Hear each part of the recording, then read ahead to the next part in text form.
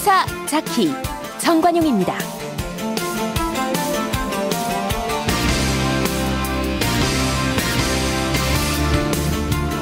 여러분 안녕하십니까? 정관용입니다. 민주평화당과 정의당 공동교섭단체 구성에 합의했습니다. 평화와 정의의 의원 모임, 이런 이름으로 교섭단체 등록을 한다고 하는데요. 자, 앞으로 전국에 어떤 변화를 가져올지 민주평화당 이용주 원내 수석 부대표로부터 들어보겠고요. 어제 KBS 추정 60분에서 다시금 이 천안함 피격설의 의문을 제기했죠. 오늘 하루 종일 천안함이 화제입니다. 과연 어떤 의문인지 8년 전에 그 민관합동조사단 조사위원으로 활동한 바 있는 신상철 진실의 길 대표의 문제제기 들어보도록 하고요. 7시 5분 시작되는 2부, 매주 목요일 꾸며드리는 정치 토크 준비했습니다. 북중 회담에 대한 평가, 그리고 한국당과 울산경찰청 사이의 논란 등 이 뜨거운 이슈들 토론해보겠고요.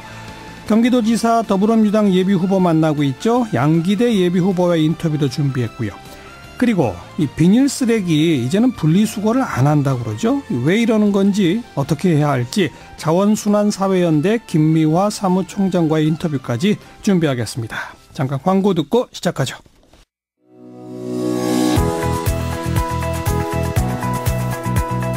시사자키 정관용입니다는 청취자 여러분의 참여로 이루어집니다. 단문 50원, 장문 100원의 정보 이용료가 부과되는 문자 샵 1212로 보내셔도 되고요. CBS 어플리케이션 레인보우로는 무료로 의견 남기실 수 있습니다. 아주 편리하게 방송을 다시 들으실 수도 있는데요. CBS 레인보우를 통해서도 가능하고요. 팟캐스트 그리고 팟빵을 통해서도 언제든 지난 방송 함께 하실 수 있습니다. 평화와 정의의 의원 모임, 민주평화당과 정의당이 함께 구성하기로 한 공동교섭단체의 이름입니다. 자, 앞으로 전국 어떤 변화가 있을까요? 민주평화당의 이용주 원내 수석 부대표를 연결합니다. 안녕하세요. 예, 안녕하십니까. 민주평화당 이용주 의원입니다. 평화와 정의의 의원 모임이면 약칭은 뭐라고 불러요? 예, 평화와 정의로 약칭을 하기로 했습니다. 그냥 평화와 정의? 예. 네.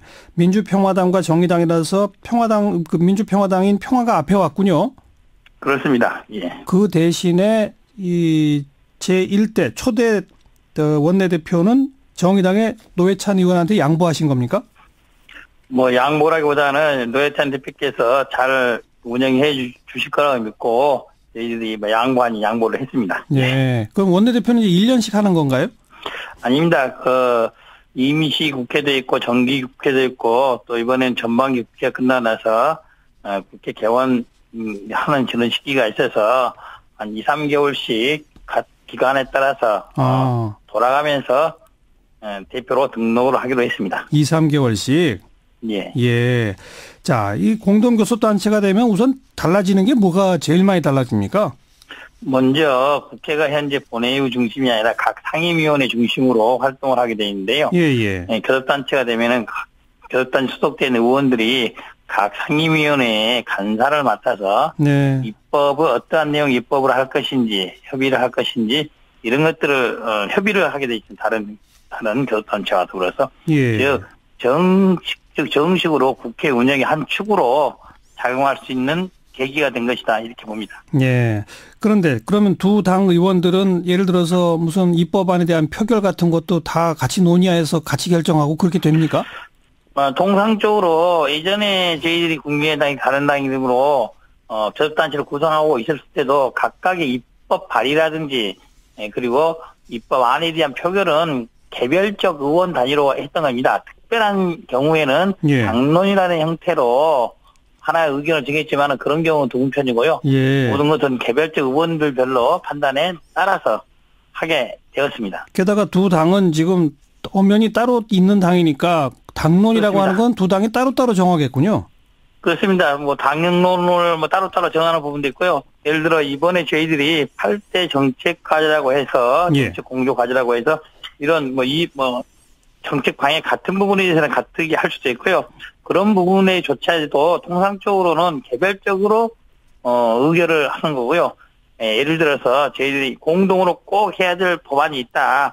선거법 개정이라든지 뭐 여러 가지 부분이 있지 않겠습니까? 예, 그런 예. 경우에 당론을 확정을 해서 이 법안을 추진하자 하는 경우에는 교섭단체의 의원총회를 합동 의원총회를 해서 입법의 방향이라든지 찬반 여부를 결정할 수도 있는 것입니다. 알겠습니다. 케이스 바이 케이스로 사안에 따라서 함께 할 수도 있고 따로 할 수도 있고 이렇다 이 말씀이죠. 그렇습니다. 예. 방금 언급하셨던 그 8대 정책 공조 과제가 뭐 어떤 것들이에요? 대표적인 거 몇 가지만 소개해 주시면. 저희들이 한반도 평화 실현을 노력한다라든지 개헌과 선거제도 개혁에 앞장서고 특권 없는 국회 합의 민주주의 실현을 노력한다. 노동 존중의 사회 그리고 좋은 일자리를 만든다든지 골목상권, 중소상공인을 보호하고 육성한다. 그리고 식량 주권 실현, 농축수산업을 미래의 생명 환경산업 육성한다 등 총 8개 정책 공조 과제를 이번에 마련했습니다. 예. 혹시 지방선거가 코앞인데 이 민주평화당과 정의당이 후보 간에 무슨 선거연대 이런 것도 가능할까요? 저희들이 공동 교섭단체를 구성하는 것과 선거연대는 전혀 별개의 문제로 논의를 하고 있어서 선거 공동 교섭단체 구성했다고 해서 예. 선거연대를 논의한 바는 없습니다. 예. 다만 예. 각 지역별로 사정이 허락하는 한도 내에서는 선거연대가 있을 수는 있으나 그것은 이번 공동 교섭단체 구성과는 별개의 문제라고 봅니다. 네.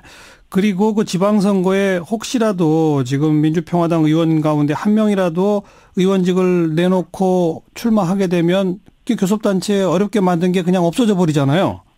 그렇습니다. 예. 그래서 정의당 쪽에서 지방선거에 좀 불출마 확답을 계속 요구해 왔는데 거기에 확답을 하신 겁니까? 불출마 각각 개별 의원들이 이번 지방선거에 출마 여부를 저희들 당 차원에서 불출마를 강요하거나 확답을 요구할 수는 있는 상황이 아니라고 합니다. 다만 예. 이번이 교섭단체가 20석으로 구성되어 있기 때문에 저희 당 소속 14명 의원도 어느 분이 한번 빠지게 되면 이 교섭단체가 어려워지고 해체된다는 걸 알고 있기 때문에 그렇죠. 특별한 공동 교섭단체를 유지할 수 있는 다른 방법을 강구하지 않는 한은 출마가 어렵다는 것을 각각 개별적으로 인식을 하고 있고 예. 그런 부분에 대해서는 다 공감대가 이루어져 있다고 봅니다. 특히 언론에 나오고 있는 우리 박지원 의원님도 그 부분에 대해서는 원칙적으로 공감을 하고 있는 상태입니다. 공감을 하고 있다는 건 전남도지사 안 나간다?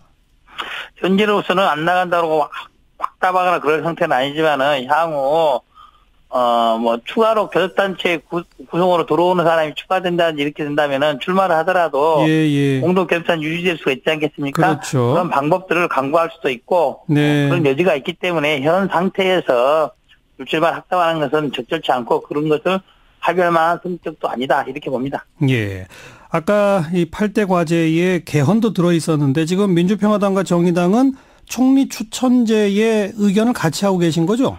그렇습니다. 그 정의당 쪽에서 말씀하셨던 국무총리 추천제에 대해서는 저희 당도 원칙적으로 동감을 하고 있는 그런 입장입니다. 그런데 그 추천제도 국회가 총리를 추천하면 대통령은 무조건 그 사람을 임명해야 하는 것인지 아니면 대통령이 거부할 수 있는 것인지 거기까지 의견 일치가 됐나요? 그렇습니다. 통상적으로 추천을 한다는 것은 추천 그 자체로 의미가 있는 것이고 그거를 대통령이 거부할 수도 있다고 봅니다. 그래서 정의당이나 저희들 하나 많은 데 따르면은 추천을 거부할 수 있는 경우 어떤 절차를 진행할 것인지에 대해서도 예. 규정을 하면 될 거로 봅니다. 예. 이제 이미 3개 원내 교섭단체 대표들은 개헌 협상에 들어가 있지 않습니까? 예, 그렇습니다. 거기에 이제 노회찬 대표도 또 참석을 하겠군요. 예, 노회찬 대표께서 당연히 교섭단체 대표로도 참여를 하실 거고요. 현재 지금 개헌 부분에 대해서는 2+2+1 즉 교섭단체 대표와 각 당의 헌정특위위원이 참여하는 그런 형태로 진행될 예정이라고 합니다. 예. 그래서 노회찬 대표와 저희 당에서 소속되어 있는 헌정특위위원도 함께 참여하는 그런 형태로 논의가 될 걸로 봅니다. 예. 근데 지금 자유한국당이나 이런 쪽에서는 강력하게 국회에서 오히려 총리를 선출한 것까지 얘기를 하고 있거든요. 그렇게 보면 총리 선출제하고 더불어민주당이 내고 있는 그냥 그 대통령 4년 연임제하고의 그 한 중간 정도의 지금 이 평화와 정의의 의원 모임에 안이 있는 거 아닐까요? 그게 일종의 절충안이 될까요? 예, 결국 국무총리 추천권과 선출권도 비슷한 형태이긴 하나, 선출은 그 국무총리를 임명하고 선출하는 것 자체가 국회 권한에 속하는 것이고 예. 추천제는 추천한 이후에 최종적으로는 대통령이 임명하는 그런 절차를 밟지 않겠습니까? 그렇죠. 그래서 정의당과 저희 민주평화당의 이러한 국무총리 추천안이 더불어민주당이나 자유한국당에 주장하는 내용들의 중도적인 방법으로서 네. 한번 검토해볼 만한 사안이다 이렇게 봅니다. 알겠습니다. 그런 절충안으로 혹시라도 극적 합의가 될지 한번 지켜보죠. 오늘 고맙습니다. 예, 감사합니다. 민주평화당 이용주 원내 수석 부대표였습니다.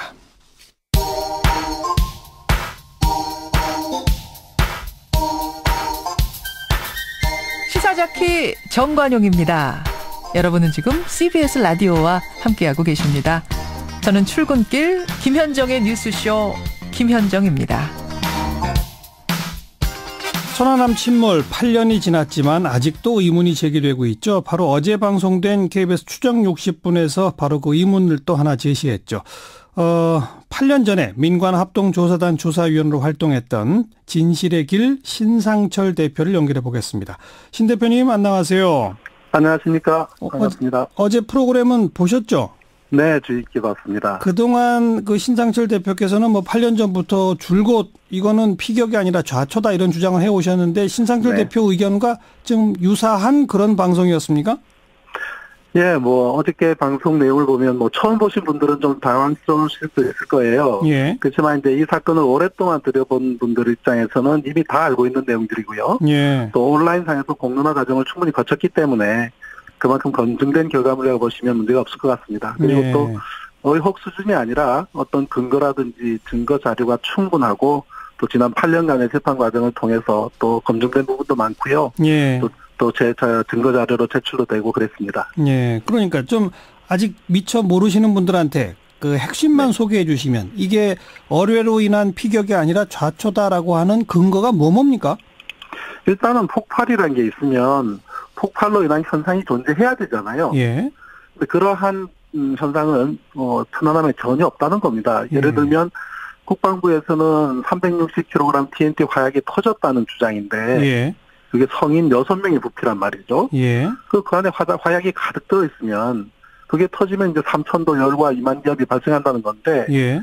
그건 이제 배가 반파가 됐기 때문에 그 정도의 내력이 필요하다고 역산출을 한 거거든요. 예. 그러면 그러한 것만 있는 게 아니라 그에 따른 손상이 나타나야 되는 거죠. 예. 적어도 3,000도라면 내부가 완전히 녹아내려야 되거든요. 그런 현상이 네. 없다. 그런 것이 전혀 없고 예. 거름이라든지 또 그로 인한 인체 손상이라든지 예. 이런 부분을 전혀 발견할 수가 없기 때문에 예. 폭발은 존재하지 않는다라고 생각을 합니다. 그런데 좌초를 지금 주장하고 계신데 좌초라는 건 암초에 걸렸다는 거 아니겠습니까? 그 해당 지역은 암초가 있는 지역은 아닙니다. 네. 암초가 있는 지역은 아닌데 모래와 그다음에 조개 무덤이 있는 지역인데 이런 게 해도에 다 기록이 돼 있거든요. 예. 하필이면 제일 저수진 지역을 지나가는 바람에 거기에 좌초가 됐는데 그 상황에서는 좌초가 해는 상가 배를 방파시킬 정도는 아닙니다. 그러니까요. 그런데 거기서 이제 빠져나온 게 잘못이죠. 예. 좌초된 채로 그대로 두고 구조를 했다면 예.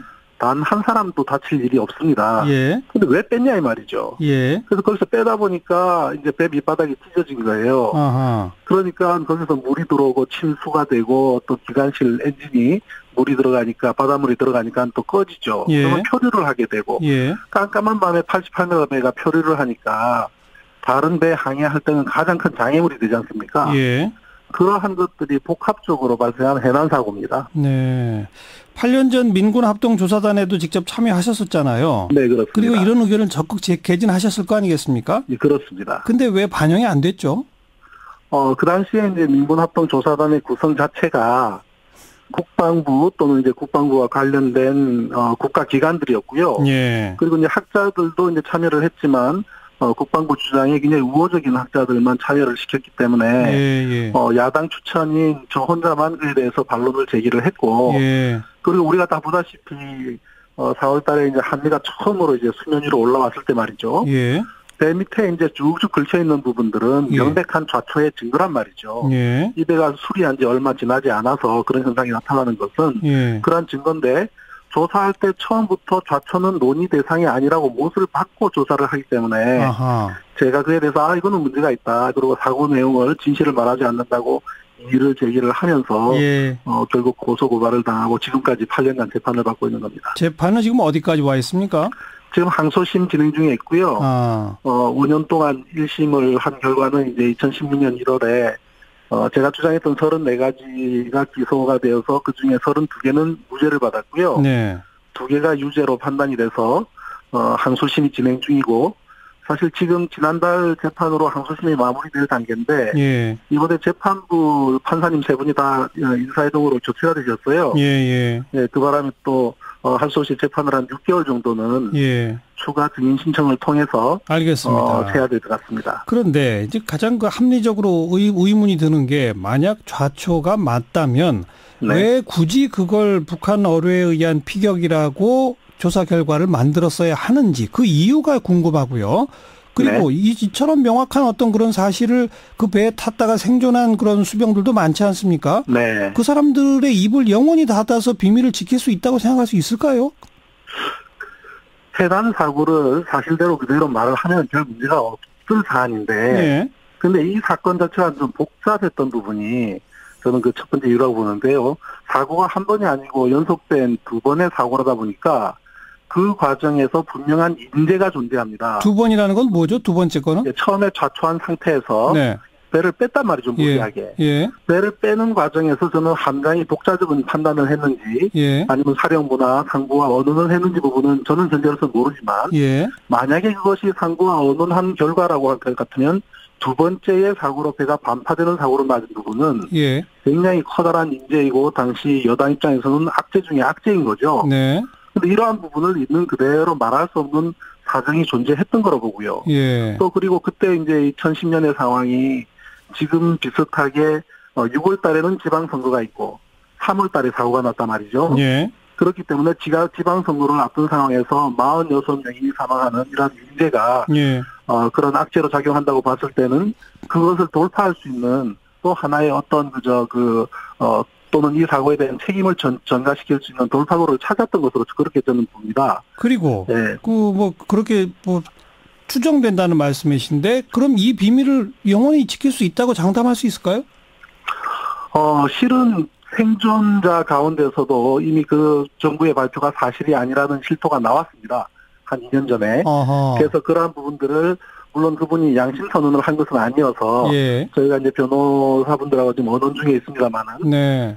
그래서 이제 그러한 부분들이 영원히 비밀로 묻힐 수도 없고 또 이것이 정말 중요한 국가적인 사안이고 말이죠. 예. 그리고 우리는 다음 달에 남북 간의 대화가 있지 않습니까? 그렇죠. 그럼 대화를 앞두고 북한을 살인범으로 만들어놨다면 예. 우리가 그들로부터 사과 한마디 안 받고 대화한다는 것도 말이 안 되는 얘기고요. 예. 그리고 만약에 우리가 이 결과를 조작을 했더라면은 우리뿐만 아니라 미국과 국제사회는 북한에 대해서 사과나 사죄를 하지 않고 예. 어떻게 우리가 미래를 얘기할 수 있겠습니까? 예. 그렇다고 봤을 때 이것에 대한 어떤 객관적이고 합리적인 그러한 재조사를 통해서 진실 규명을 명백히 해야 될 필요가 있는 겁니다. 근데 그때 민간 합동조사단뿐이 아니라 그 조사 결과를 국제적으로 공증받지 않았었나요? 그게 이제 많은 분들이 그렇게 공증받은 거로 생각을 하시는데요.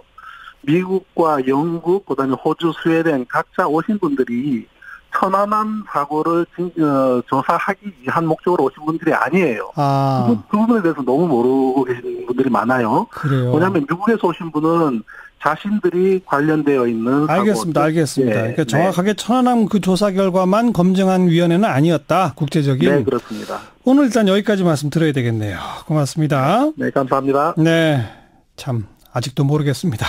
진실의 길 신상철 대표였어요.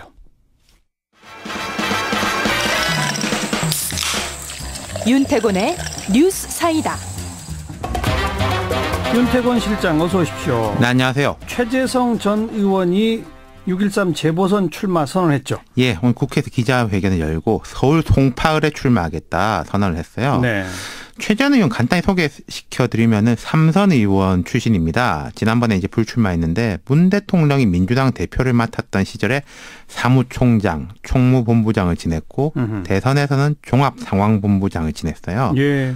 핵심 실세였죠. 근데 지난 총선에 왜 불출마했죠? 당시가 이제 문재인 당대표 김종인 비대위원장 시절입니다. 그러니까 문 대표가 이선으로 후퇴했을 때잖아요. 네, 뭐 네. 친문 뭐 이런 논란이 있을 때 본인이 먼저 불출마를 선언해가지고 활로를 열었죠. 그러니까 김종인 비대위원장한테 권한을 대폭 넘기는 그 과정에서 제스처. 예. 그리고 문 대통령 당선 이후에도 뭐 별다른 직책을 맡진 않았고 최근에는 당 혁신 기구인 이제 정당발전위원회 위원장을 지냈어요. 네. 또 어쨌든 문 대통령 당대표 시절의 그 경력 등을 보면 실세의 귀환 이렇게 불러도 되겠네요. 그렇죠. 오늘 기자회견 그림 자체가 상징적이었어요. 정치권에서 흔히 이제 병풍 선다 이런 말이 있습니다. 병풍? 누가 이제 기자회견 같은 거 하면 뒤에 쭉 도열해서 서잖아요. 예. 배경 역할을 하는 거죠. 예. 이걸 이제 병풍 선다 그러는데 오늘 누가 병풍 섰어요? 김경수 의원, 어. 황희 의원, 권칠승, 심기준, 이수혁, 전재수 의원, 양양자 뭐 최고위원 병풍 선 사람들도 만만치 않은 사람들이거든요. 네. 이 병풍 선다는 게 당신을 지지하고 성원한다 이 의미 아니겠습니까? 그렇죠. 예. 최재성 전 의원 출마의 변은 뭐라고 밝혔어요? 문 대통령의 복심이라고 불렸던 제가 국민의 손발이 당원의 심장이 되겠다. 21대 총선 승리를 통해 진정한 정권 교체를 완성하겠다. 이를 위해 집권당인 민주당의 간판을 들고 있으라고 하면 그렇게 하겠다. 이렇게 말했어요. 예. 본인 스스로가 난 문 대통령 복심 맞다. 글쎄 복심이라고 스스로 딱 예. 부르네요. 땅 간판 들겠다. 제 신념인 정치 혁신의 길을 가기 위해 송파을 재선거 출마 선언한다. 문 대통령이 열고 있는 새로운 대한민국에 헌신하겠다 이렇게 밝혔어요. 정치 혁신의 길이라고 했지만 그 앞에 민주당 간판 들고 서 있으라면 그렇게 하겠다. 당대표 나간다는 거 아니에요? 그 질문이 있었어요. 예. 기자들이. 이번에 국회에 입성하면 당대표 출마하는 거 아니냐. 민주당 전당대회가 올해 8월입니다. 네.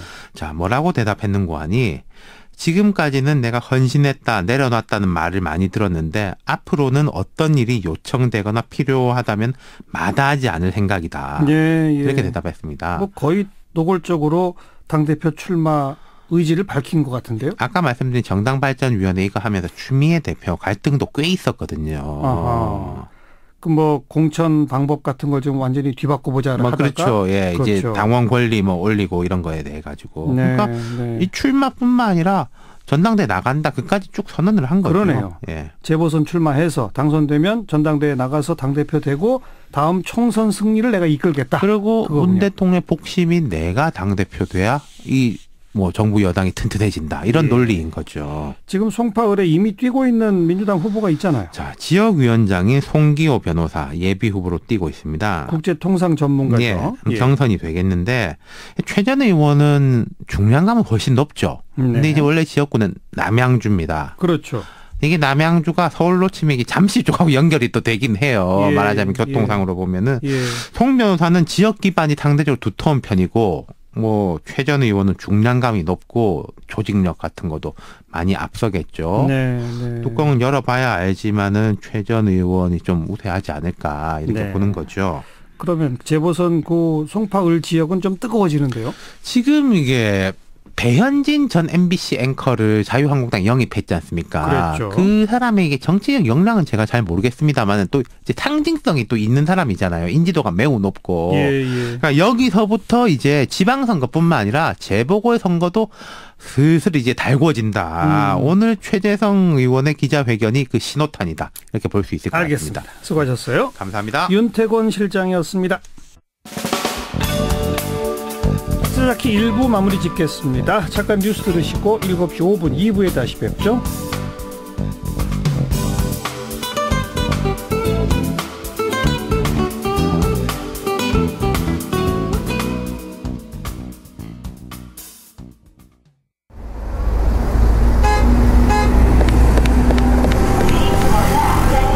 퇴근길에 만나는 알찬 뉴스 정보, 한림국제대학원대학교 정관용 교수가 진행하는 시사자키 정관용입니다.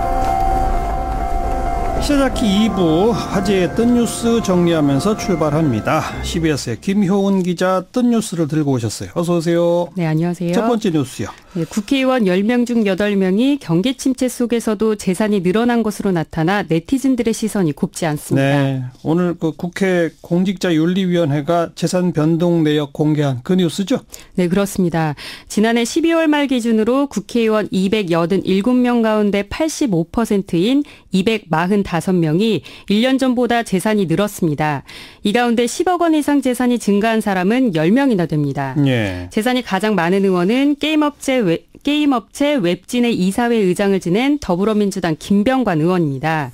4,435억 2천여만 원을 신고했습니다.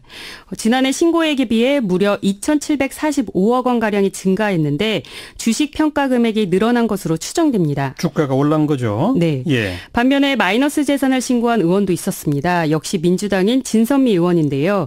마이너스 12억 9천여만 원을 신고해 최하위를 기록했습니다. 네. 네티즌들 반응은 싸늘했습니다. 국민은 죽겠는데 하는 일 없이 배만 불렸네. 국회의원 최저시급제 도입이 시급하다. 이처럼 국회의원에 대한 불신을 반영하는 댓글들이 많았습니다. 청와대 재산, 공직자들 재산도 오늘 공개가 됐죠? 네, 청와대에서 재산이 가장 많은 사람은 지난해에 이어 올해도 장하성 정책실장이었습니다. 96억 원을 신고했고요. 예. 주식 매각 등의 이유로 지난 신고 때보다 3억 원가량 재산이 늘었습니다. 예. 문재인 대통령의 재산은 5,700만 원 증가한 18억 8천만 원이었습니다. 급여를 받았고 또 주택을 처분한 것이 수입 증가로 잡혔습니다. 네. 네, 재산이 1억 원에서 4억 원 미만으로 하위권이었던 사람은 하승창 사회혁신 수석 비서관 등이었습니다. 네. 고위공직자, 국회의원 이런 사람들이 거의 대부분 1년 전보다 재산이 좀씩이라도 늘잖아요. 네. 월급이 많이 받으니까 조금 느는 건 당연한 거다 이렇게 생각을 해야 할 겁니다. 자, 다음 소식은요. 네, 땅콩 회항 사건으로 물의를 빚었던 조현아 전 대한항공 부사장이 3년 4개월 만에 칼 호텔 사장으로 복귀했습니다. 그 재판받아서 집행유예 선고받은 바 있죠? 네, 항로 변경 혐의와 업무방해 혐의 등으로 재판에 넘겨져서 징역 6개월에 집행유예 2년이 확정됐습니다. 예. 당시 항로 변경은 무죄 선고를 받아서 논란이 일기도 했는데 여하튼 집행유예 기간은 내년 12월까지입니다. 지금 집행유예 기간 중이네요. 네, 그래서 예. 일각에서는 조 전 부사장이 너무 일찍 경영 일선에 복귀하는 것 아니냐는 비판도 나오고 있습니다. 네. 땅콩 회항 사건으로 대한항공 부사장직을 내려놓은 지 3년 4개월밖에 안 됐는데 또 아직 집행유예 기간도 남아있는데 이런 행보는 자숙과는 거리가 멀다. 이런 지적들이 나오고 있고요. 예. 하지만 이런 주변 우려에도 불구하고 조 전 부사장은 한진칼의 자회사인 칼호텔 네트워크의 사장으로 호텔 경영 일선에 복귀하게 됐습니다. 참고로 칼호텔은 그랜드 하얏트 인천과 제주 칼호텔, 서귀포 칼호텔 등을 운영하고 있습니다. 조현아 하면 떠오르는 이름이 또 박창진 당시 사무장이잖아요. 네. 사과는 했답니까? 직접 사과를 한 적은 없는 것으로 전해지고 있습니다. 아하. 공교롭게도 박찬진 사무장은 극심한 스트레스로 인한 종양 수술을 앞두고 있습니다. 그래요? 네, 박 사무장은 어제 자신의 SNS에서 핵폭탄 같은 스트레스로 지난 3년간 생긴 머리 종양이 너무 커져서 수술한다 이런 글을 남겼습니다. 아이고. 네, 그러면서 뒤통수에 생긴 큰 혹 사진을 함께 올려서 더욱 충격을 줬는데요. 박 사무장은 직급은 유지되고 있지만 갓 입사한 승무원들이 하는 일을 하고 있다고 주장하면서 대한항공을 상대로 부당징계 소송을 낸 상황입니다. 네. 네, 그리고 오늘 조 전 부사장의 화려한 복귀 소식과 대비되면서 박 사무장의 근황이 안타까움을 더하고 있습니다. 그러네요. 자, 다음 소식은요? 네, 도널드 트럼프 미국 대통령의 총기 사랑이 아주 대단합니다. 트럼프 대통령이 미국인의 총기 소유를 합법화한 수정헌법 2조를 절대 사수하고 나섰습니다. 절대 사수하겠다. 네. 수정헌법 2조 내용이 어떤 거죠? 네, 무기를 소장하고 휴대하는 국민의 권리는 침해될 수 없다고 명시되어 있습니다. 원래 미국이 영국으로부터 독립한 뒤에 독재와 폭정에 저항하기 위해서 1791년에 제정됐습니다. 예. 그런데 트럼프 대통령이 어제 트위터에 이런 글을 남겼습니다. 민주당이 수정헌법 2조 폐지를 원하고 있고 스티븐스 전 연방대법관의 말도 있었지만 안 된다라고 올렸는데요. 아하. 네, 최근 총기 규제 시위가 벌어지고 있지 않습니까? 그런 와중에 존 폴 스티븐스 전 대법관이 언론사 기고에서 수정헌법 2조 폐지를 주장하고 나섰는데 예. 사실상 트럼프는 총기 규제는 절대 안 된다. 총기 규제 안 한다. 이렇게 선전포고를 한 셈입니다. 그런데 이게 오는 11월 중간선거를 앞두고 지지층에 호소한 것으로도 해석되고 있습니다. 그렇겠죠. 여기까지 수고하셨습니다. 네, 감사합니다. 김효은 기자였습니다.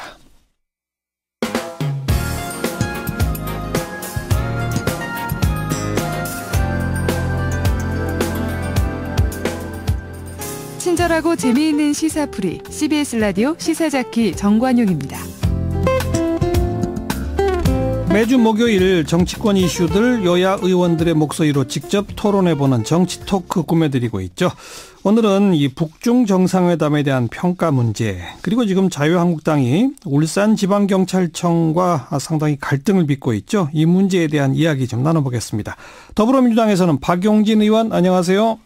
네, 안녕하세요. 서울 강북 1구 출신의 박용진입니다. 네, 자유한국당 백승주 의원, 안녕하세요. 예, 안녕하세요. 경상북도 구미의 백승주 의원입니다. 네. 북중 정상회담 사실 깜짝들 다 놀랬습니다. 이게 정말 김정은이 간 거냐, 김여정이 간 거냐부터 시작을 해서 아주 제대로 된 정상회담의 보도까지 쭉 다 봤는데 어떻게 평가하십니까? 먼저 박용진 의원. 예, 깜짝 방문이라고 하고 또 우리 정부가 알았네 몰랐네 이런 뒷이야기 보도도 잘 봤는데요. 어쨌든 이렇게 북한의 지도자가 중국을 방문할 때 그 기간 동안에는 비밀로 하고 예. 또 알아도 모르는 척 해주는 게 이제 관례였던 걸로 보면 예. 청와대가 밝힌 것처럼 미리 통보받고 진행되는 상황에 대해서 알고 있었고요. 또 이후에 지금 이제 양재츠가 와서 예. 설명하는 얘기를 들어보면 어떤 합의와 어떤 속 깊은 얘기가 오고 갔는지도 알 수 있을 것 같습니다. 예. 이 기본적으로요. 이 한반도 문제와 북한의 비핵화 문제를 풀어내는데 그동안 계속 실패해왔다고 얘기는 하지만 네. 가장 안정된 판은 어쨌든 육자회담입니다. 그렇죠. 그래서 북한과 우리 대한민국의 어떤 평화체제로의 전환, 한반도의 평화체제로의 전환을 얘기할래도 육자회담, 비핵화 문제를 얘기할래도 그 당사국들이 다 이 안에 들어가 있기 때문에 예. 저는 북한과 미국이 1대1로 양자회담을 하는 것은 매우 효과적이고 좋다고 생각을 하지만 그럼에도 불구하고 그 양자 간의 안정된 합의 또 안정된 합의에 대한 실천 이런 것들을 담보하려면 예. 어쨌든 육자회담이라고 하는 틀로 가야 되겠다고 생각을 해요. 그래서 누구든 여기에서 중국 패싱, 일본 패싱 이런 거 나오면 안 된다. 다 참여해서 모두가 만족하고 모두가 합의에 이를 수 있는 방식으로 가도록 하는 것이 좋아서 예. 판을 키우고 참여자가 많아질수록 안정된다는 점에서 저는 이번 북중 정상회담이 어쨌든 이 판을 안정적으로 끌고 가기 위해서는 의미 있는 것으로 신호를 받아들여야 된다고 봅니다. 좋습니다. 백성주 의원님은 어떻게 보세요? 아마 김정은이 중국을 방문해서 시진핑과 정상회담하는 모습을 보고 우리 국민들은 놀랐다 이렇게 말씀을 드리겠습니다. 예. 북한과 중국의 정상회담하기 이전하고 이후를 비교한다 분명히 놀라고 있거든요. 네. 우리 정부도 놀라고 있습니다. 그래서 국민들이 놀라면서 이런 생각을 가지고 있습니다. 이 북한 핵 폐기를 위한 여러 가지 우리 정부의 노력들이 우리 정부의 의도대로 또 방향대로 수준대로 그렇게 진행되지 잘 않겠다 이런 느낌을 가졌을 겁니다. 중국의 어떤 이런 견제 또 국제사회 역학관계 이런 부분이 작동하는 것을 생생하게 지켜봤을 거고요. 예. 저는 한편으로 북한 체제가 중국과 구소련이죠. 소련이 갈등을 겪을 때 중국과 소련을 이용해서 생존의 어떤 출구를 찾았던 그런 역사적 반복을 보는 것 같아요. 예. 1차 정상회담을 앞두고도 이런 모습을 보였는데 이런 북한 김정은 체제, 김정은이 어떤 생존하기 위한 어떤 그러한 모습들을 보고 있고 이것이 우리 뜻대로 잘 안 갈 것 같다. 이런 불안감을 가집니다. 불안해하시는 핵심 이유가 뭡니까? 우리가 원하는 북한 핵 폐기가 예. 지금 한반도 비핵화는 용어는 틀린 겁니다. 우리가 이미 핵을 안 갖고 있는데 북한 핵 폐기라는 용어가 정확한 용어인데 예. 북한 핵 폐기 노력이 또 우리가 원하는 방향대로 잘 안 될 것 같다는 그런 불안감이 듭니다. 중국이 뒤에서 버텨주니까 잘 안 될 것 같다는 불안감이 커졌다 이 말씀이군요. 그렇습니다. 예. 박용진 의원 이런 불안감이란 지적에 대해서 어떻게 보세요? 별로 걱정 안 하셔도 되는데 아니고 불안하면 사실은 평창 올림픽 열리기 전에 정말 불안했죠 사실은. 근데 그때나 지금이나 이제 우리 자유한국당은 불안하다 얘기하시고 그리고 우리 대통령이 정상회담을 이끌어가거나 또 국제적인 어떤 활동을 통해서 평화 분위기를 만들어가려는 과정에서 내내 어쨌든 비판만 하셔서 가능하면 자유한국당이 보수 정당으로서 또 집권 경험을 가지고 있는 정치 세력으로서 이런 때는 좀 훈수를 좀 많이 주시면 좋겠어요. 예. 비판만 하거나 안 예. 된다고 이렇게 막 하지만 마시고 예. 그 경험을 좀 말씀해 주시고 이랬으면 좋겠고요. 예. 지금은 오히려 이제 뭐 북한으로서는 되게 뻔하거든요. 이제 자기들이 핵을 다 폐기했다. 그러면 지금 우리 백승주 의원님 말씀하신 것처럼 남쪽에도 핵이 없으니까 서로 쌤쌤이냐. 똑같은 상황이 됐냐. 그게 아닌 거예요. 왜냐하면 그 일본에 있는 미국 그러니까 일본에 있는 주일 미군 기지 예. 또 뭐 멀리 가서는 괌이나 이런 예. 데서 그 얼마든지 전술핵이라든지 이런 것들을 통해 가지고 그 핵 공격이 가능하다고 생각하고 있기 때문에 예. 북한으로서는 이번 기회에 체제 안정을 담보받고 예. 평화체제로 전환하고 미국과의 정상관계를 맺고 이렇게 좀 가고 싶은 거거든요. 그렇죠. 그런데 여기에서 그 미국은 지금 뭐 다들 아시겠습니다만 폼페이오는 국무장관에 앉힌다고 그러죠. 또 볼턴은 이번에 또 협상 전면에 나서면서 NSC의 부장관으로 나서면서 예. 뭐 협상 시작도 안 했는데 판 깨지면 바로 주먹 날릴 것 같은 분위기로 지금 이렇게 가니까 초강경파들이 등장하고 그렇죠. 있죠. 그러니까 예. 이제 북으로서는 이 판이 깨지면 바로 들이닥칠 전쟁이나 혹은 그 자신들에 대한 불안감 이런 것들을 보장해줄 보험 형격으로 중국을 적극적으로 끌어들일 필요가 있었겠고요. 예. 러시아도 아마 곧 들어올 겁니다. 그렇게 되면 예. 거기 3, 우리 3 이렇게 해야 되니까 일본도 들어와야 되거든요. 그래서 제가 아까 말씀드린 것처럼 육자회담 틀로 가는 수밖에 없고 예. 거기에서 어쨌든 다자간의 협상 속에서 북미 간의 양자회담이라고 하는 오래된 해법이 이루어져야 돼요. 다만 미국에겐 계속해서 속아왔다고만 생각을 하고 있으니까 북한으로서는 이런 합의가 검증 가능하고 예. 돌이킬 수 없어야 된다라고 하는 미국의 요구가 받아들여질 수 있는 방법을 찾아서 서로 합의해 가야 될 거라고 봅니다. 네. 쉽지는 않지만 이전보다는 훨씬 좋아진 상황이고 여전히 문제는 잘 되기를 바라는데 그러면서 훈수를 좀 둬보세요. 아까 박용진 의원이 훈수 달라니까. 예. 그 오래된 외신에 보면은 오래된 와인을 새로운 술병에 담는 것 같다 이런 표현이 있어요. 네. 북한이 이번에 그 중국을 가는 것도 새로운 스케줄이 아니고 이 북한과 중국과 정상회담이 20번째 있었죠. 예. 그래서 먼저 1차 정상회담 전에도 이런 모습을 전격적으로 방문한 모습이 있는데 북한이 그때부터 일관되게 하는 게 한반도 비핵화 또 비핵화 환경이라는 용어예요. 네. 이 용어 전술입니다. 이게 훈수입니다. 이것을 제대로 우리 정부가 알고 있어야 된다는 거죠. 예. 비핵화 환경이 되어야 우리가 핵을 단계적으로 폐기할 수 있다. 이런 메시지를 전하는 것 같은데 그렇죠. 비핵화 환경의 핵심은 뭡니까? 북한이 정하는 비핵화 환경은 주한미군 철수, 한미연합훈련 중단, 미국의 핵 군축 이런 받아줄 수 없는 조건들을 내세우고 이것이 되면은 단계적으로 그 핵 폐기를 검토하겠다. 예. 이렇게 이야기하는 것이 예. 북한의 비핵화라는 용어를 사용하는 겁니다. 예. 그래서 이러한 논리를 중국의 시진핑한테 설명하러 갔거든요. 예. 그래서 그런 설명을 갖고 중국이 동의해 주면은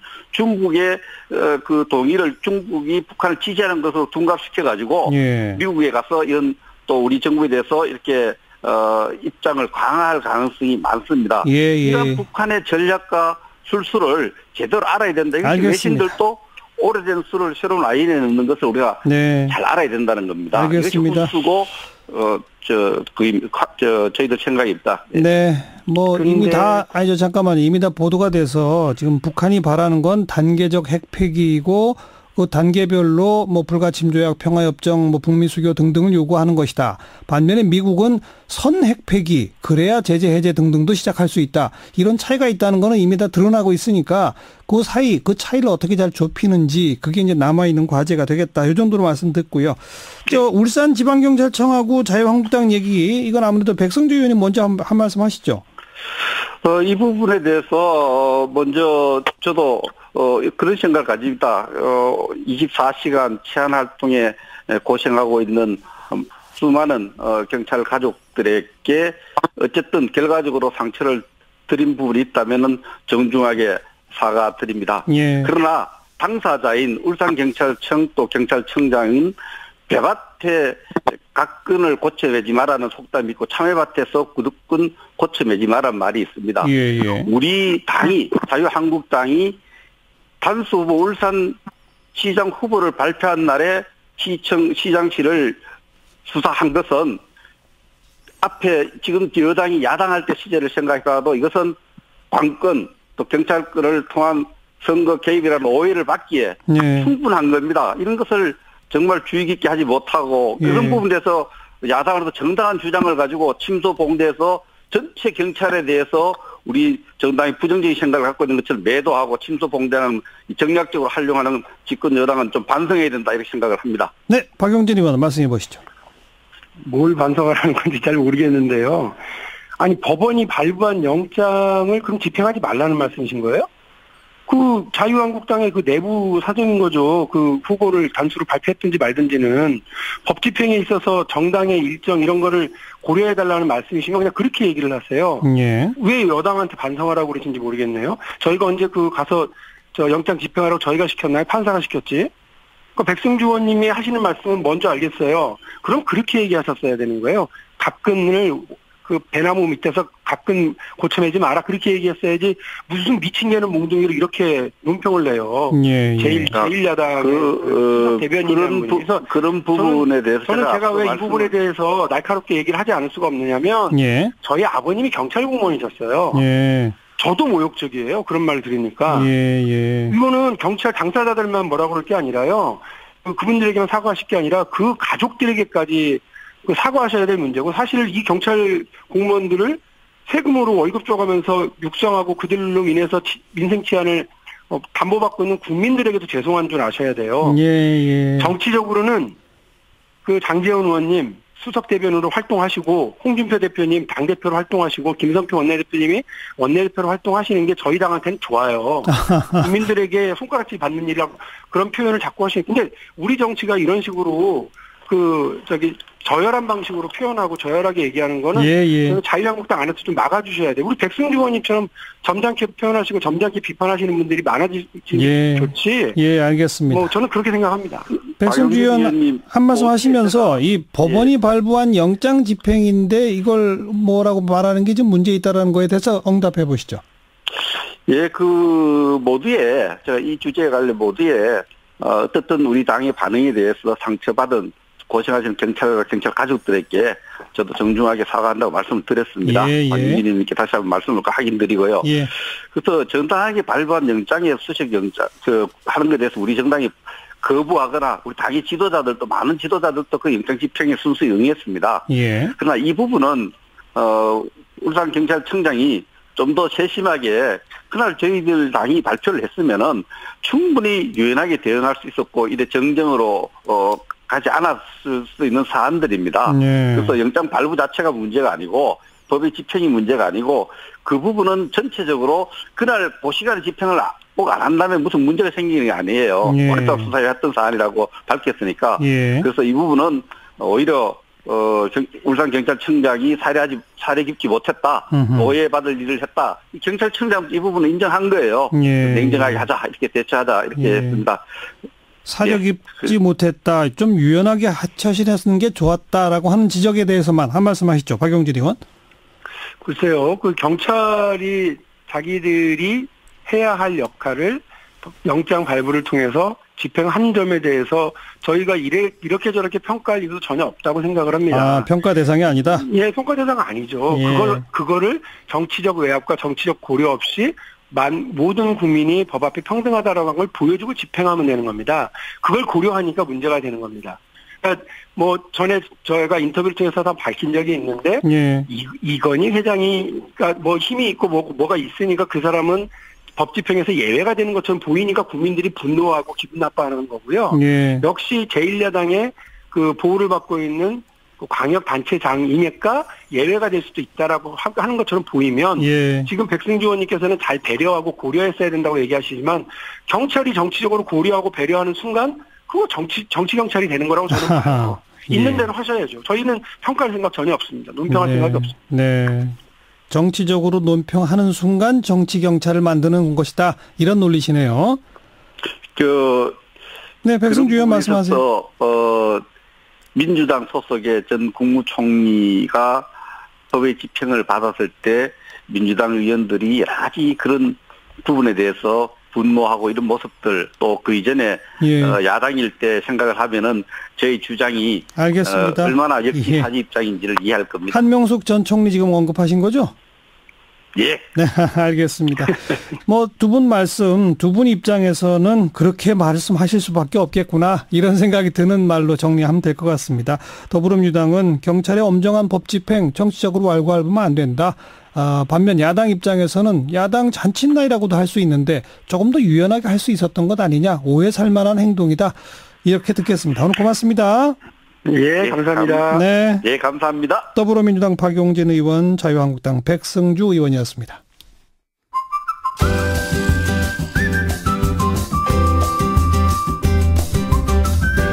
지금 여러분께서는 한림국제대학원대학교 정관용 교수가 진행하는 CBS 라디오 시사자키 정관용입니다를 듣고 계십니다. 사운드 오브 뉴스입니다. 김민아 기자 어서 오세요. 안녕하세요. 들어볼 뉴스 소리는요. 오늘 가습기 살균제 사건과 4.16 세월호 참사 진상규명을 위해 설치된 사회적 참사 특별조사위 첫 전원회의가 열렸는데요. 유가족들의 항의 때문에 대단히 혼란스러웠습니다. 소리를 들어보시죠. 일기 때 제가 한 행동이 있기 때문에 이기 특조위에서는 최선을 한번 다해보겠다. 조금의 시간을 두고 한번 지켜봐 주십사 하는 말씀을 드리고 싶습니다.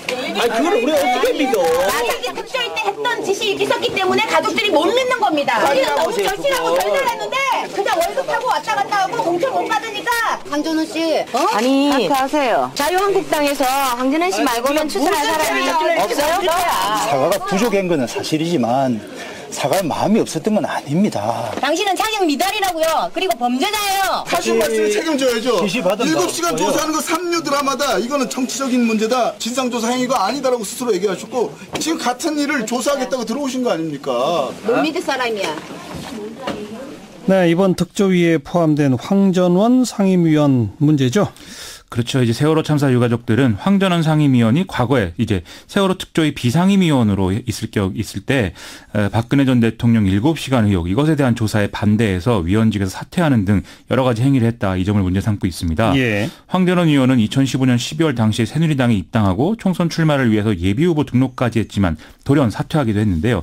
이후에 다시 새누리당 추천을 받아서 특조위 상임위원을 맡았던 이런 전력도 있습니다. 예. 유가족들은 이런 일련의 어떤 행위들에 대해서 2016년 2월 달에 황전원 의원을 고발해 놓은 그런 상태입니다. 뭐 오늘 목소리를 들어보니까 황전원 상임위원은 그냥 격렬한 항의에 대해서 맞받아치는 게 아니라 나름 해명하려고 하네요. 그렇습니다. 당시 이제 조사에 반대한 것은 이른바 7시간 문제의 정치적 의미가 너무 커서 특조위 활동이 제약받을 것을 우려한 결과였다. 이렇게 얘기를 했고요. 예. 또 이제 그 검찰 수사 결과 세월호 참사 당일 보고가 조작이 됐고 박근혜 전 대통령이 최순실 씨와 함께 있었다. 이런 사실들을 알고 뭐 참담한 심정이 됐다. 이런 말도 했습니다. 예. 하지만 이제 와서 이런 해명이 뭐 받아들여질 리가 없는 것이죠. 지금 방금 언급한 그 어제 검찰 수사 결과 발표 거기에 대해서는 자유한국당이 논평 냈다가 또 취소하고 혼란이 있죠. 어제 검찰 수사 결과 세월호 참사 당일에 박근혜 전 대통령이 침실에 있어서 사고 관련 보고가 늦어졌고 비선실세 최순실 씨와 이후 대응을 논의했다. 이런 사실들이 공개돼서 좀 충격을 많이 받지 않았습니까? 네네. 자유한국당 홍지만 대변인이 밤에 낸 논평을 보면 이런 것보다는 과거 야당이나 일부 언론이 제기한 밀회설, 종교의식설, 프로포폴설, 미용시술설 이런 것들이 사실이 아니었다는 게 밝혀졌다. 여기에 이제 초점을 맞춰서 논평을 낸 것으로 돼 있거든요. 예. 그래서 이게 엄청난 비난을 받고 논란이 되다 보니까 오늘은 또 당시 여당으로서 반성한다는 취지의 논평으로 내용을 바꾸고 이에 대해서 여러 가지 뒷말들이 지금 나오는 상황이라는 거죠. 네. 그리고 지난 정권에서 왜 세월호 특조위 활동 방해한 당시 청와대 인사들 오늘 추가 기소되기도 했죠. 검찰은 그러한 혐의로 이병기 전 대통령 비서실장, 조윤선 전 청와대 정무수석, 안정범 전 청와대 경제수석을 오늘 추가 기소했다고 밝혔습니다. 이들은 앞서 같은 혐의로 구속돼서 재판에 넘겨진 김영석 전 해수부 장관, 윤학배 전 차관에게 앞서 말씀드린 7시간 조사 등을 모두 무산시키도록 이제 지시한 혐의인데요. 일선에서 이러한 지시를 집행한 해수부 간부 3명은 상부 결정을 따랐을 뿐이라는 점을 고려해서 기소유예 처분을 했다고 합니다. 네. 남북 정상회담 일정이 합의됐죠? 남북 정상회담을 위한 고위급 회담이 오늘 진행이 됐는데요. 정상회담 개최 날짜 등 일정들이 합의가 됐습니다. 정상회담 명칭은 3차 남북 정상회담이 아니라 2018 남북 정상회담으로 하기로 했고요. 네. 4월 27일 판문점 남측 평화의 집에서 개최하기로 했습니다. 예. 또 4월 4일에 정상회담 관련 의전, 경호, 보도, 실무회담을 판문점 남측 지역에서 진행하기로 했는데요. 의제는 한반도 비핵화, 군사적 긴장 완화를 포함한 항구적 평화 정착, 남북관계 진전 이런 것들이 이제 상정하고는 있는데 뭐 제한을 두지는 않겠다는 정도에서 공감대를 이뤘다고 합니다. 오늘 그 고위급 회담 분위기 아주 좋았다면서요? 오전 10시에 시작을 했는데 공동보도문 합의가 오후 2시 13분에 마무리가 됐다는 것이거든요. 그래서 회담 이후에 이제 점심 식사를 마쳤다 이런 얘기가 나올 정도라고 합니다. 이게 이제 북한이 적극적인 데다가 그동안 판문점 채널 등을 통해서 기본적인 논의를 진행해 왔기 때문이다. 이런 이제 보도가 잇따르고 있습니다. 그리고 중국의 그 양재츠 외교 담당 국무위원 오늘 한국 왔죠? 양재츠하고 이제 중국 측의 외교 담당 실무진들이 정의용 청와대 국가안보실장과 노영민 주중대사 등 우리 측 인사들하고 환담을 진행했는데요. 이 자리에서 일단 이제 긍정적 반응들이 서로 오간 것으로 지금 보도가 되고 있습니다. 양재츠 위원은 김정은 위원장 방중에 대해서 한반도 비핵화와 평화 안전보장 등 이후 협상 및 협의에 도움이 될 수 있는 일이었다고 생각한다면서 남북 정상회담에서 더 많은 성과를 낼 수 있도록 우리가 돕겠다 이렇게 얘기를 했다고 하고요. 예. 또 이 자리에서 이제 사드로 인한 한중 경제 갈등 현안 이런 것들도 좀 긍정적 방향으로 논의가 쭉 진행이 된 것으로 보도가 되고 있습니다. 예. 양재츠 위원은 내일 문재인 대통령을 예방하고요. 또 강경화 외교부 장관도 면담을 할 예정이라고 합니다. 자, 또 다음 뉴스요. 한미 FTA 환율 이면 합의 논란 이것이 불거지고 있는데요. 미국 무역대표부가 현지 시간 28일 보도자료를 통해서 한국 정부와의 협상 결과 경쟁적 평가절하와 환율 조작을 금지하는 조항에 대한 합의가 마무리되고 있다. 이렇게 발표했기 때문입니다. 로버트 라이트하이저 USTR 대표도 미국 방송에 나와서 철강 관세, 외환, 한미 FTA에서 협상이 동시 타결됐다. 이렇게 얘기를 했는데요. 지금 도널드 트럼프 미국 대통령도 비슷한 취지의 발언을 했다고 보도되면서 지금 혼란이 커지고 있는 상황입니다. 환율 관련 합의를 미국과 했다. 사실이에요? 다음 달에 미 재무부가 각국의 환율 조작국 지정 여부를 담은 환율 보고서를 발표할 예정인데요. 일단 우리나라는 관찰대상국 명단에 올라와 있는 상황입니다. 예. 이런 좀 내용을 고려해서 OECD 회원국 중에 우리만 지금 정부의 환율 시장 개입 현황 공개를 안 하고 있다는 게 문제로 지적될 것을 예상이 되기 때문에 좀 이걸 전향적으로 공개하는 방안을 정부가 검토하고 있고 이 내용을 한미 재무당국이 논의한 것은 사실이다라는 게 기획재정부의 이 설명이거든요. 예. 하지만 환율 개입 방향 자체를 뭐 한미 간 정부 가 합의했다. 이건 말이 안 된다라는 설명이 지금 나오고 있습니다. 논의는 했지만 합의할 대상은 아니다 이런 말이에요? 그런 얘기입니다. 그리고 또 한미 FTA와의 협상과는 별개의 문제다. 이 점을 지금 강조하고 있는 상황인데요. 예. 예를 들면 김현종 통상교섭본부장의 경우에는 이 한미 통상장관 간 공동선언에는 한미 FTA하고 철강 문제만 나와 있지 환율에 대한 내용은 없다. 이렇게 명확하게 설명을 하고 있습니다. 예. 그러면서 미국 정부가 11월 중간 선거를 의식해서 마치 이제 한미 FTA 협상과의 환율 문제가 연계되어 있는 것처럼 표현하고 있다. 이렇게도 얘기를 했는데요. 우리 측 항의로 미국 정부도 한미 FTA와 환율 문제 협의 는 별도로 이루어졌다. 이런 취지를 더 강하게 부각시키는 내용으로 보도자료를 수정했다고 하니까 이게 이면 합의의 성격은 아닌 걸로 일단은 해석이 됩니다. 하지만 내용상으로는 결국 주고받기처럼 된 게 아니냐. 이런 지적들이 전문가들과 또 야당 일각에서 나오고 있기 때문에 아마 논란은 좀 이어질 것 같습니다. 예. 그리고 오늘 문무일 검찰총장이 기자간담회를 했죠? 그렇습니다. 기자간담회에서 검찰개혁 관련 주요 현안에 대한 대략의 입장들을 좀 밝혔는데요. 특히 지금 윤곽이 잡혀가고 있는 검경 수사권 조정에 대한 검찰 측 논리 이것을 다시 한번 재론을 했습니다. 예. 이에 따라서 이후 논의가 좀 혼란스러워질 수도 있다. 이런 보도들이 조금 나오고 있는 상황입니다. 자, 내용을 좀 정리해 주세요. 어떻게 한다는 거죠? 이제 경찰에 수사 종결권을 주고 검찰의 수사지휘권을 폐지한다. 이게 최근에 청와대가 윤곽을 잡은 안인데 네. 문무일 총장은 수사 종결권을 넘기는 문제는 명확히 반대한다. 이런 입장을 표명을 했습니다. 그리고 수사지휘권 폐지와 관련해서는 일단 원칙적으로 수긍은 하지만 검찰이 경찰을 사법 통제하지 않는다면 다른 통제 방식이 있어야 된다. 이렇게 얘기를 하고 있는데요. 네. 그것은 지역 주민이 뽑은 지방자치단체장 아래에 자치경찰을 두고 민주적 통제를 받도록 해야 된다. 이 얘기를 지금 한다는 것이죠. 예. 특히 자치경찰제 도입은 문재인 대통령의 공약이기도 하지 않느냐. 이런 얘기도 같이 하고 있는 그런 상황입니다. 청와대는 어떤 입장을 밝히고 있나요? 자치경찰제 도입 문제는 자치분권위원회가 다룰 문제고 이 자치경찰제를 순차적으로 확대해 나가면서 수사권 조정도 병행하겠다. 이런 좀 원론적 입장을 오늘 밝혔는데요. 청와대는 이 대목보다는 문무일 총장이 공수처 도입에 반대하지 않고 국회가 바람직한 방안을 마련해주면 수용하겠다. 이렇게 밝힌 부분에 더 주목을 하고 있습니다. 예. 이 공수처 도입에 검찰총장이 동의한 것은 최초의 일이니까 긍정적으로 평가한다라는 건데요. 어쨌든 이런 것까지 다 포괄적으로 봐서 세심하게 의견 수렴을 좀 앞으로 해야 할 것 같습니다. 그리고 국회가 매듭을 지어야죠. 맞습니다. 네, 수고하셨어요. 고맙습니다. 김민아 기자였습니다.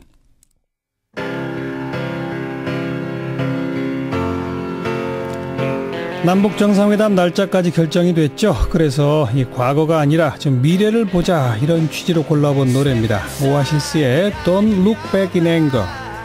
Don't you know you might find a better place to play. You said that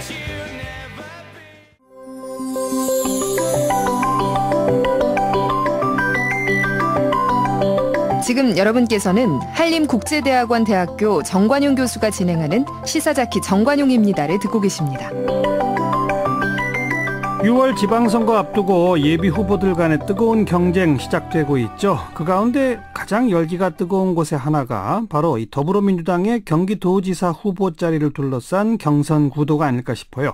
지난 화요일 이재명 예비후보 인터뷰 전해드렸었는데 오늘은 양기대 예비후보 인터뷰 준비했습니다. 안녕하세요. 안녕하십니까. 반갑습니다. 양기대입니다. 네, 8년 동안 광명시장을 지내셨죠? 네, 그렇습니다. 그런데 이제 경기도지사를 내가 해야 되겠다. 그 이유가 뭡니까? 네, 언론에서 보면요. 이재명 후보는 TV 인지도, 또 전해철 의원은 조직력, 저 양기대는 성과와 도덕성을 얘기합니다. 저는 아시다시피 전형적인 베스트타운인 광명시를 대한민국에 가장 주목받고 가치 있는 도시로 만든 기적과 신화를 한번 만들어봤습니다. 예. 이러한 성과와 역량 비전을 바탕으로 경기도를 확 좀 바꿔보고 싶은데요. 예. 특히 경기도의 침체된 경기도 살리고 적경직이 많은 경기도 특성을 살려서 남북교류협력 시대에 대비하는 그런 경제통일도지사 한번 하고 싶어서 나왔습니다. 네, 광명에서 기적을 이루셨다고 하셨는데 죄송하지만 솔직히 우리 일반 청취자분들 잘 모르시는 분들 많거든요. 어떤 성과가 제일 내세울 만 하십니까? 네, 저는 무에서 유를 많이 창조해 왔는데요. 우선은 40년 벌어진 폐광을 연간 142만 명이 찾아오는 그런 대표적인 관광지로 만들어봤고 또 일자리도 광명 동굴 그거 말이죠? 네, 그렇습니다. 일자리도 지난해만 해도 한 500개 창출했죠. 그래서 광명 동굴 기적을 이뤘다고 하고 있고요. 또 아시다시피 허벌판이던 KTX 광명 역세권도 이제는 상전 벽해가 됐습니다. 이케아도 있고 또 도심공항 터미널도 있고 또 한 가지는 남북 관계가 참 암울할 때인 2015년 말부터 주변에 손가락질 받아가면서 유라시아 대륙철도 프로젝트로 추진했습니다. 이제 4월에 남북 정상회담이 끝나면 남북 철도 연결을 위한 실무 협의도 진행될 텐데 제 나름의 순견지명 아니겠습니까? 네. 한 가지만 좀 더 말씀을 드리면요. 저는 대한민국에서 거의 유일하게 돈 버는 시장이었습니다. 광명 동굴에서 200억 원을 벌었고 또 이케아 등 기업 유치를 통해서 시 수입이 늘어나서 작년에 광명시 부채 모두 갚고 그 여력으로 미래 세대에 대한 투자를 해서 지금은 광명시가 전국 최초로 고교 전학년 무상급식과 중고 무상교복을 동시에 실시할 정도가 됐습니다. 저는 일머리를 잘 알고 또 도전과 실천 그리고 성공의 DNA가 있다고 자부합니다. 네. 그래서 경기도지사가 되면 제일 먼저 뭘 하실 겁니까? 우선은요. 물론 정치인들마다 얘기하는 거지만 가장 중요한 게 역시 일자리입니다. 경제 살리고 일자리인데요. 저는 특히 이 청년 일자리 문제 이거 해결하지 않으면 우리 사회가 붕괴된다고 생각합니다. 어떻게 청년 일자리를 만드실 수 있을까요? 저는 이렇게 생각합니다. 우선 저희들은 이 청년들이 이 일자리를 찾기 위해서는 그 준비 기간에 과감한 지원이 있어야 한다고 생각합니다. 그냥 청년 배당이나 수당 이렇게 물고기 나와주는 게 아니라 물고기 잡는 법을 알려줘서 도전 정신이 있다면 그것을 과감히 지원해서 취업과 창업을 할 수 있게 하려고 하는데요. 저는 매년 한 1,500억 원 정도를 조성해서 4년간 6천억 정도로 청년 도전기금을 조성해서 정말 일자리 얻고 싶은 청년들한테 조건 따지지 않고 좀 과감히 해보려는 그런 생각을 갖고 있습니다. 청년 도전기금. 네. 자, 그런데 우선 이제 경선을 통과하셔야 되는데 조금 아까 양기대 예비 후보가 직접 언급하신 것처럼 이재명 후보는 인지도가 높고 전해철 후보는 조직력이 강하고 그런데 양기대 후보는 둘 다 정말 중요한 핵심 요인에서 지금 뒤처지고 계시지 않습니까? 어떻게 이길 수 있을까요? 저는요. 우선은 지금까지 제가 말씀드린 대로 양기대가 이루어졌던 기적들을 우리 도민들이 알게 되면 저는 이 판이 요동칠 거라는 생각을 하고 그동안 무려 공약을 11개 했고 또 그런 것들을 끊임없이 알려왔습니다. 제가 제 진정성과 이런 역량, 도덕성을 가지고 그동안 뛰어왔더니 이제 상승세를 타고 있다고 저는 생각하고 있고요. 이 상승세를 막판에 빛을 올려서 한다면 저는 그 이재명 후보의 그런 인지도 분명히 제가 뛰어넘을 수 있다고 저는 확신하고 있습니다. 네. 이재명 후보 특히 도덕성 검증 말씀하시는데 도덕성에 문제가 있다고 보세요? 아닙니다. 이재명 후보 제가 잘 알고 또 우리 당의 자손 아닙니까?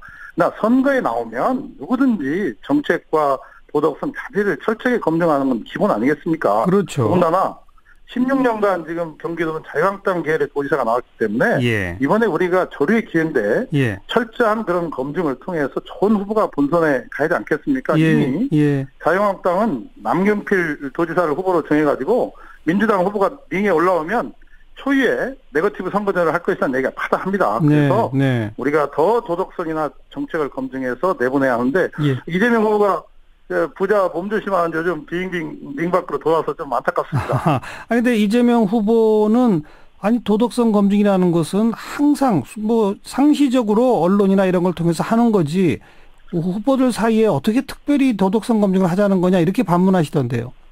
저는 그 얘기는요, 도덕성 검증을 국민이 하고 있다 그 얘기는 도덕성 검증을 하지 말자는 얘기입니다. 왜냐하면 어떤 정책이나 도덕성은 우리 후보 간 서로 상호 토론이라든가 우리 뭐 정관용 앵커도 많이 해보셨지만 예. 서로 상호 간 검증을 통해서 예. 거기서 서로 보완할 건 보완하고 또 사과할 건 사과하면서 알겠습니다. 그런 상호 간 토론이 이루어져야죠. 즉 후보 간 상호 토론으로 도덕성 검증의 자리를 만들자 이런 요구시거든요. 네, 그렇습니다. 그건 당연히 또 해야 할 기본 아니겠습니까? 그리고 조직력이 강하다는 전해철 예비 후보에 대해서는 뭐 줄 세우기가 있나요, 진짜로? 이재명 후보가 어제 그런 얘기를 했던데요. 저는 뭐 전해철 의원이 부인했으니까 저도 진실을 좀 알고 싶습니다. 그래서 전해철 의원도 뭐 그런 거에 대해서 좀 정확히 다시 한번 얘기할 필요가 있고 특히 또 한 가지는 이재명 후보가 그런 얘기를 하면서 몸을 뺏기면 진짜 마음을 전하라는 좀 그런 표현까지 써서 참 볼썽사납습니다. 우리가 요즘 미투 운동이라든가 이런 것 때문에 예. 여성의 인권이라든지 이런 문제에 대해서 더 좀 고민하고 또 많은 생각을 해야 할 시점에 그런 발언이 나왔으면 아쉽습니다. 어떤 발언이에요, 그 내용이? 이재명 후보가 전해철 의원이 권력의 줄세우기를 하고 있다는 뉘앙스로 얘기를 하면서 거기에 참여했던 분들이 몸을 뺏기면 진짜 마음까지 주느냐 하면서 조금 그것을 부정적으로 얘기하는 그런 측면이 있습니다. 줄 세우기가 된 분들이 몸을 뺏긴 거라는 식으로 표현했다. 그게 좀 거슬린다 이런 말씀이시네요. 그렇습니다. 지금 해당 시의원들 특히 여성 시의원들이 많이 반발하고 있습니다. 네, 알겠습니다. 그나저나 맞상대가 될 남경필 현 지사는 어떻게 평가하십니까?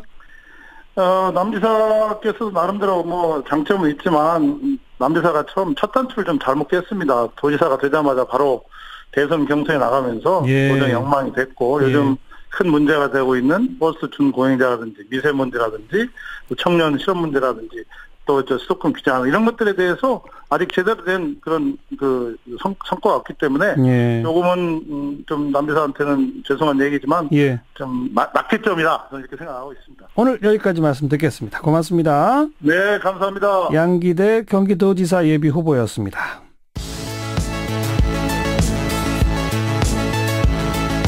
지금 여러분께서는 한림국제대학원 대학교 정관용 교수가 진행하는 CBS 라디오 시사자키 정관용입니다를 듣고 계십니다.